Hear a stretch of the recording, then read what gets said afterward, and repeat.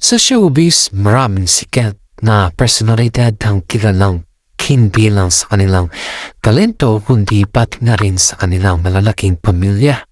Narito ang ilan sa mga artistang may pinakamalaking or pinakamaraming anak sa showbiz. Ramon Revilla Sr. siya ang tinuring na may pinakamaraming anak sa kasaysayan ng Pilipinas sa showbiz. Ayon sa mga ulat mula sa GMA Entertainment, tinatayang nasa 72 hanggang 80 ang kanyang naging anak mula sa iba't ibang babae. Pangalawa ay si Tolti. Tawag sa kanya is the King of Comedy.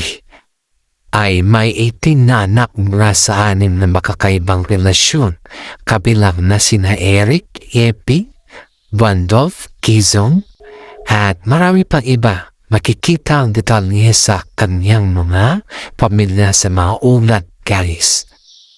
Pangatlo ay si Cherry Travel. Ang action star na ito ay may 18 na anak na din sa iba't ibang babae.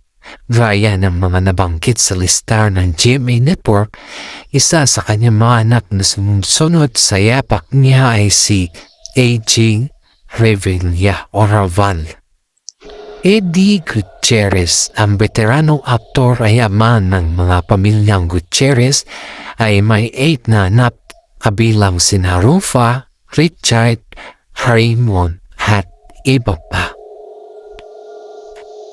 Panglima guys is si Vic Soto, ang bossing ng Itbulaga. Ito ay may 6 na anak, sina Danica at Oyo Boy, kay kina Dina Bonavi, Vico kay Connie Reyes, Paulina kay Angela at Luis, at sina Talita at Tay kay Pauline Lunatin.